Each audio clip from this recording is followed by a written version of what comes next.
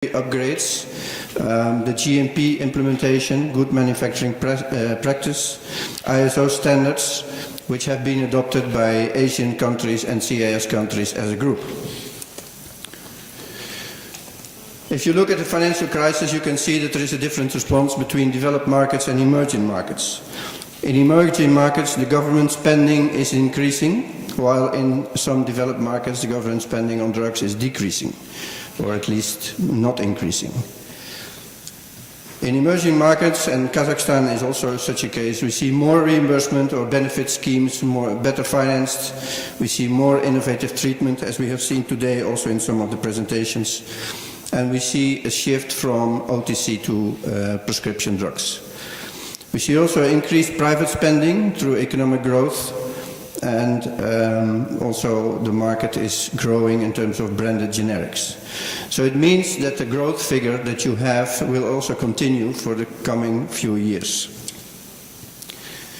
In general, if we look at the CIS countries, then we see that the reimbursement and insurance systems improve, so the accessibility and affordability of drugs will increase. Still, there is a large out-of-pocket payment segment, so the OTC segment is still very large, also because prescription drugs are generally available over the counter. The markets are all branded generic markets to a large extent, and we will see high market growth, not only in recent years, but also it is expected in the coming years. We also see that there is poor prevention and poor diagnosis, and there is a lack of clinical standards, in particular to the management of chronic diseases. There are some key issues in the CIS that impact the pharmaceutical sector development and also the production, but not only production, also supply. The Russian pharma strategy is a kind of dominating factor in this, with the emphasis on establishing a local production in Russia to be able to sell your drugs there over the coming years. Also to do clinical trials in Russia. It means also that the access to the Russian market becomes relatively costly. But it also means that a lot of the non-GMP facilities will disappear, so you will have a consolidation in the Russian market. The customs union with Russia, Belarus and Kazakhstan also has its impact on the pharmaceutical sector development, with mutual recognition procedures of registration, but also with mutual recognition probably of clinical trials. Still, if from a company perspective in general, the Russian market and the Russian registration is leading. If you are in Russia, it's easy to enter other markets in the CIS.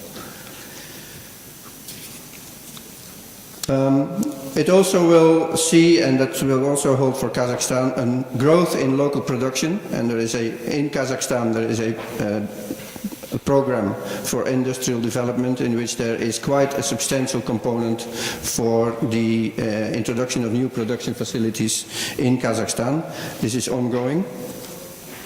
And there will also be more expenditure on primary care, in particular for outpatient drugs.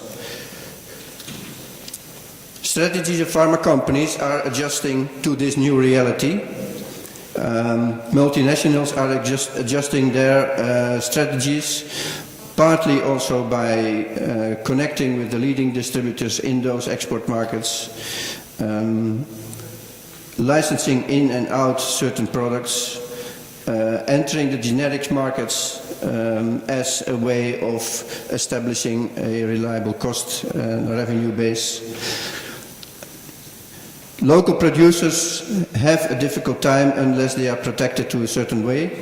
They have to define niches and focus on certain areas and add value to their products.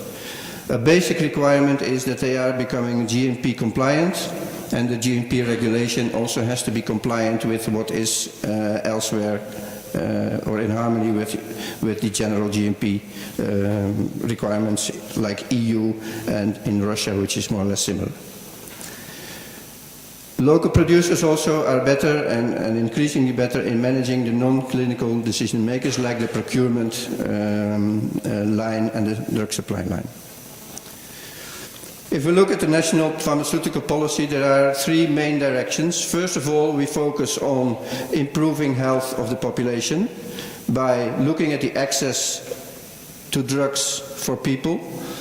And accessibility is not only that the drugs are available, but also that they are affordable. It means then to have a financing component added to it.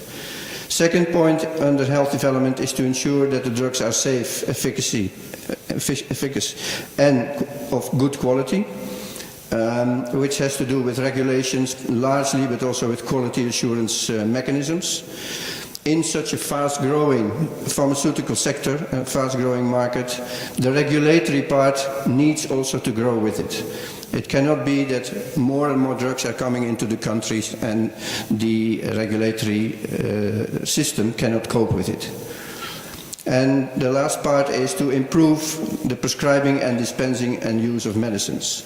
There can be a lot of new drugs, but if the prescribers don't know them or don't know how to prescribe them and for what, then it misses the point. Second main direction is to improve the health system to ensure that services are adequate and cost-effective.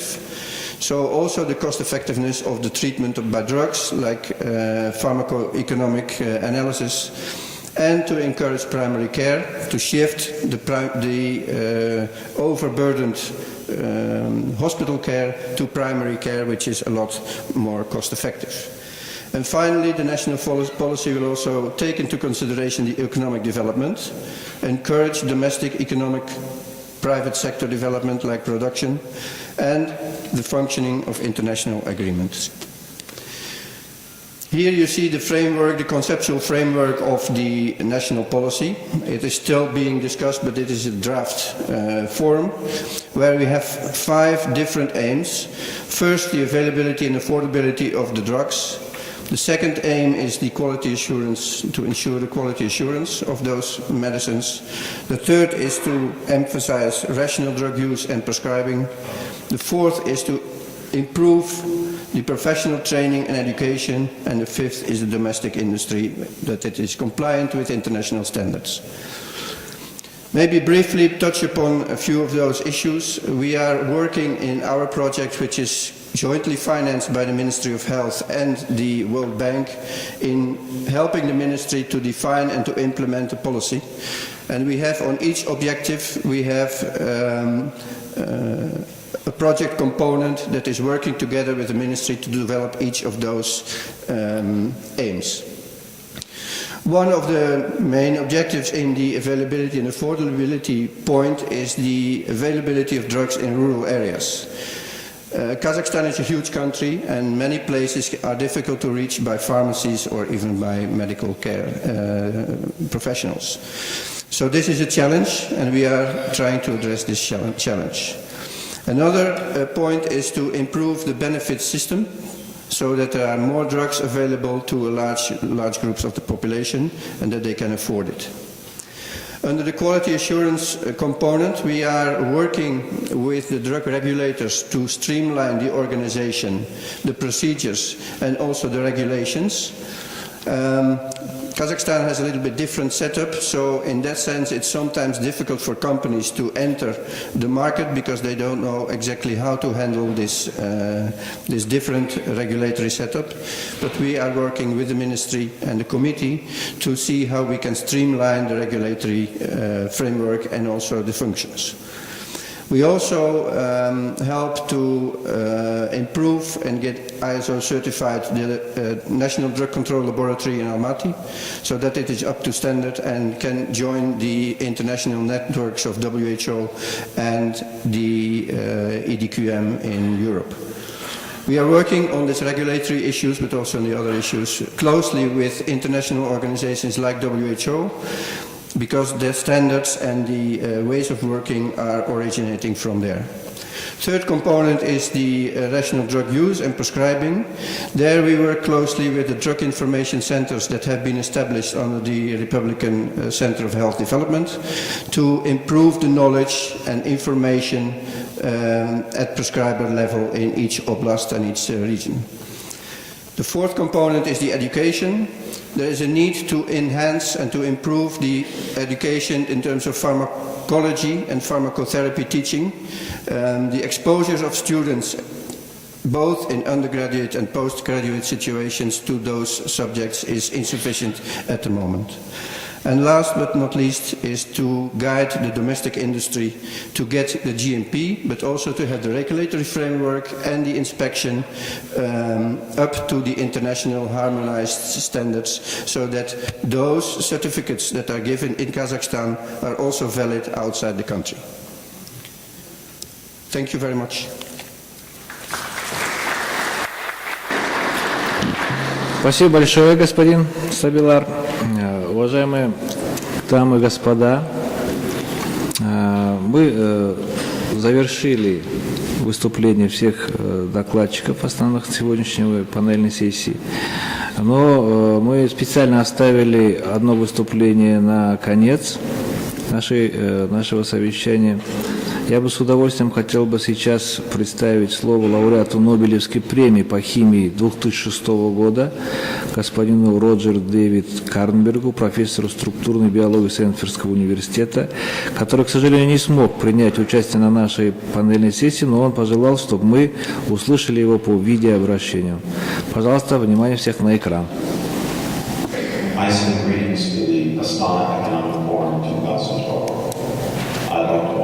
Remarks concerning the present and especially the future of the pharmaceutical industry.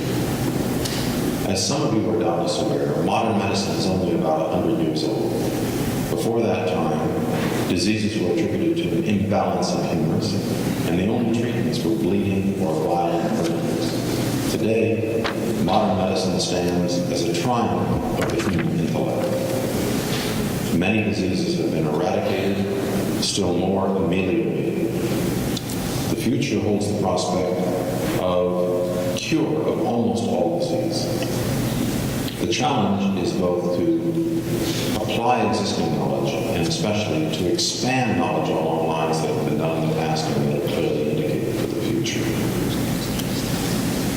Again, as many of you are aware, the pharmaceutical industry has developed new drugs over the past several decades through an approach that is arduous and only partially successful. The approach may be described as hit or miss. It entails screening very large numbers, at least millions of chemical compounds, to discover possible new drugs for the treatment of disease. The reason why the approach has been only partly successful is because 1 million compounds is far too small to encompass the range of possibilities required in most cases. Trillions of compounds would be needed to ensure success, and these are, of course, not available, and even if they were, the process of screening such a large number hopelessly impractical. The alternative, which has lately come into being, and which I think is